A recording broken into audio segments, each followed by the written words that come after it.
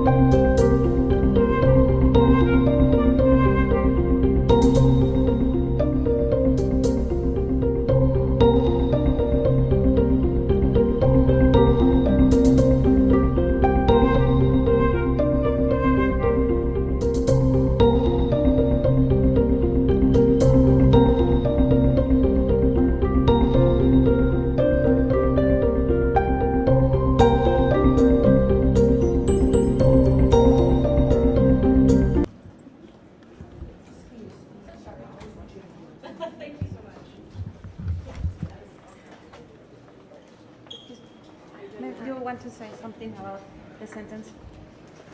I'm just glad that it's over. It's not gonna bring my son back.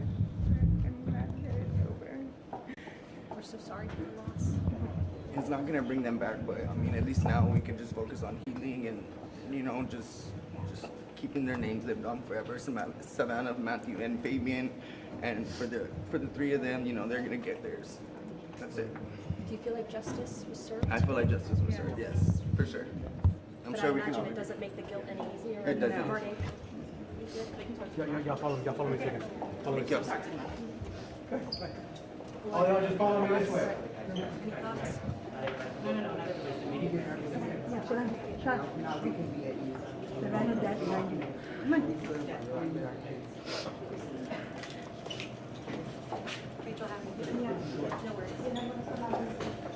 God is good, guys.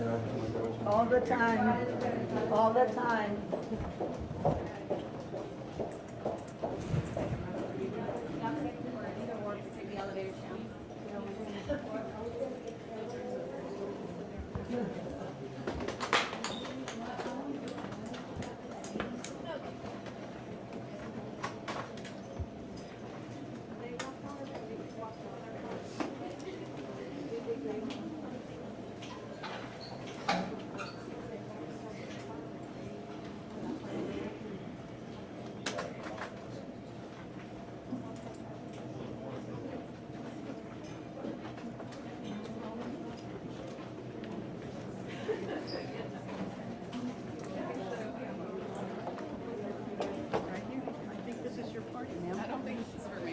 think it is. Your boss said it was you. Oh, is it? Yes. Okay.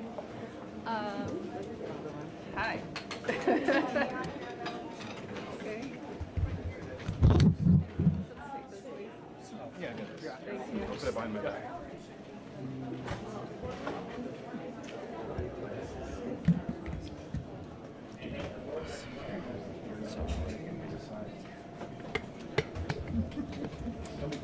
You didn't expect all I this, did did not. you? Yeah, hi. I've never done this before, so is anybody gonna ask me a question or do I just talk? How do you feel after the verdict today?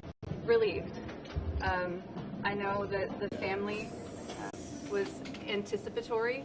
This was a long time coming, and I'm really grateful that we were able to do this for them and give them some closure. Do you think it was really quick, the verdict?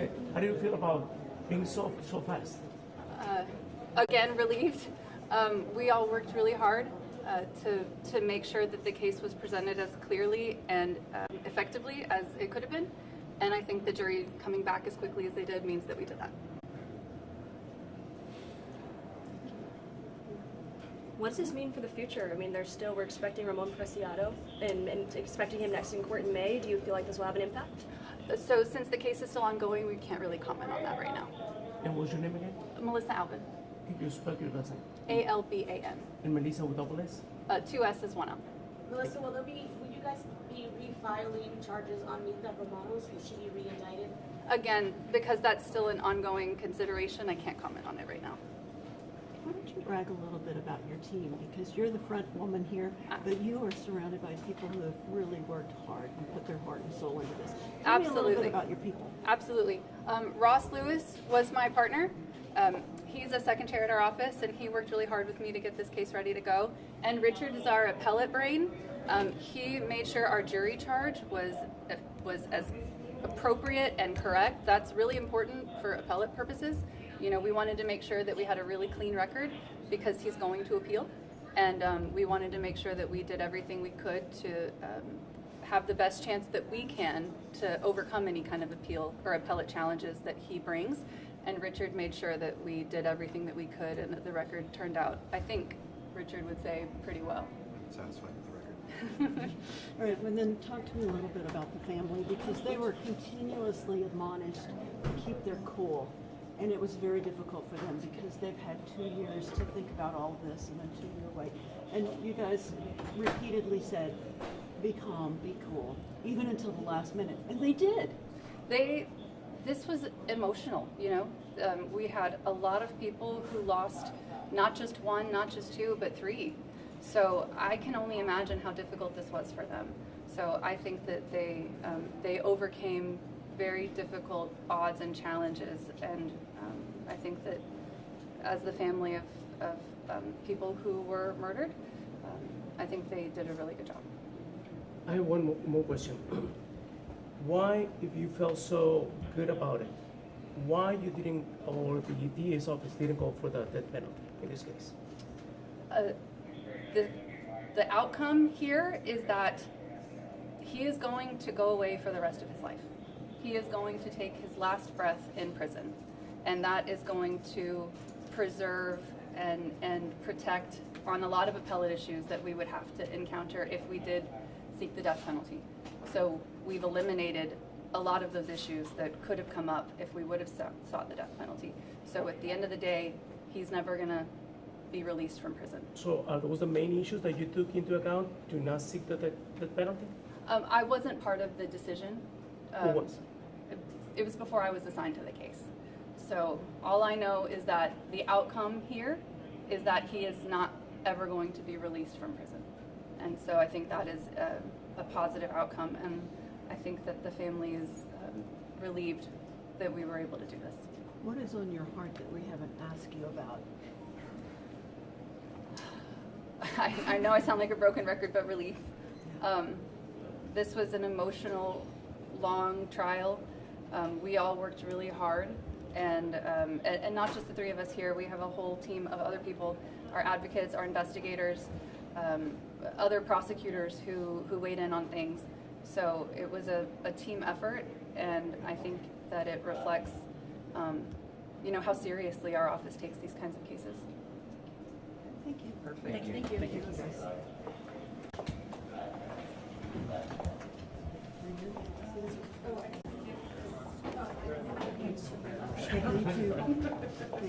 Thank you. Thank you about silent shutter, man. Oh yeah, I turned it off. I was like looking at, I could see the shutter on my peripherals, and I was like, I don't hear anything.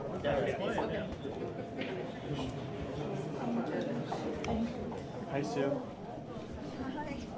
How are you? You good?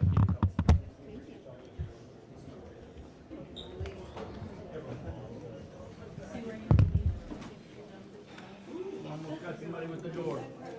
Excuse me. I recorded on my phone too, just to say that.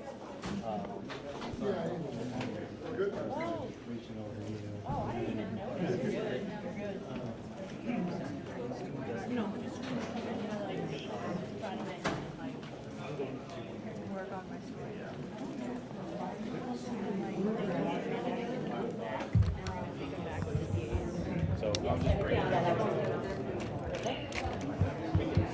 Go outside.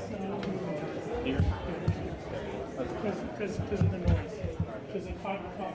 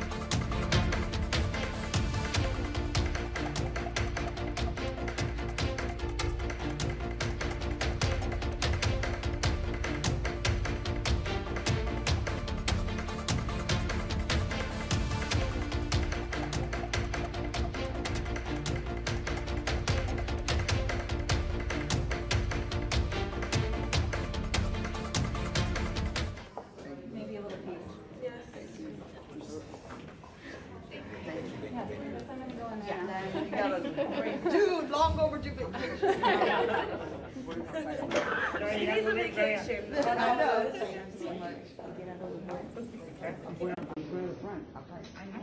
Where's AJ?